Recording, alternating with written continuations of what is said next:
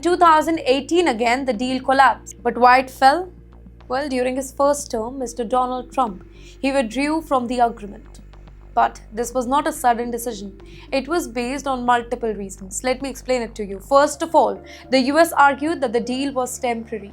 Many restrictions were expired, potentially allowing Iran to restart nuclear activity later. Second, the deal did not cover Iran's ballistic missile program, which, by the way, the US saw as a major threat. Third, it ignored Iran's regional influence and support for the armed groups in the West Asia, which the US allies opposed. Fourth, Washington believed sanction relief gave Iran billions of dollars that could strengthen its military power. Mr. Trump called it the worst deal ever and reimposed the stricter sanctions.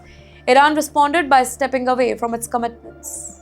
Well, this collapse, it pushed both the nations back towards confrontation. Then in 2020, the US did something that shook the entire Iran. Well, they killed Qasem Soleimani. Yes, the US killed that particular man in a drone attack. But who was he?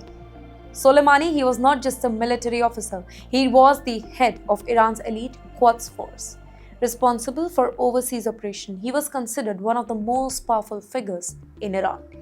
That too, second to the only supreme leader. He shaped Iran's strategy across West Asia, building alliances with groups in Syria, Iraq, Lebanon, and beyond.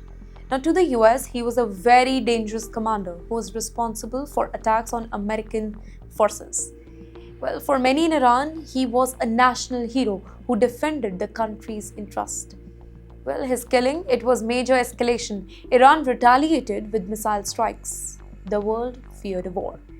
Then in 2023 to 2025, the whole region ignites. The deadly October 7 attack on Israel, it triggered a wider crisis. Iran's allies became involved. In fact, missile exchanges followed in 2024, and then came the 2025 12-day war. With the United States strikes on Iranian nuclear sites, the whole region was on the edge. Well, but who knew it was just a trailer? In 2026, that means just few months ago, the war became real.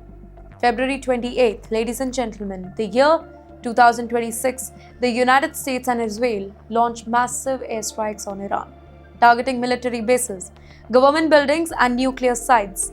In fact, in a shocking development, Ali Khamenei, their supreme leader, he was all eliminated. You know what? This was a direct hit on Iran's leadership. Iran responded with hundreds of missiles, drones. In fact, they used ballistic missiles targeting Israel, US bases, and the Gulf countries like Saudi Arabia and the UAE. In fact, it also closed Strait of Hormuz, disrupting the whole world's oil supply. Well, the conflict, it spreads across the region.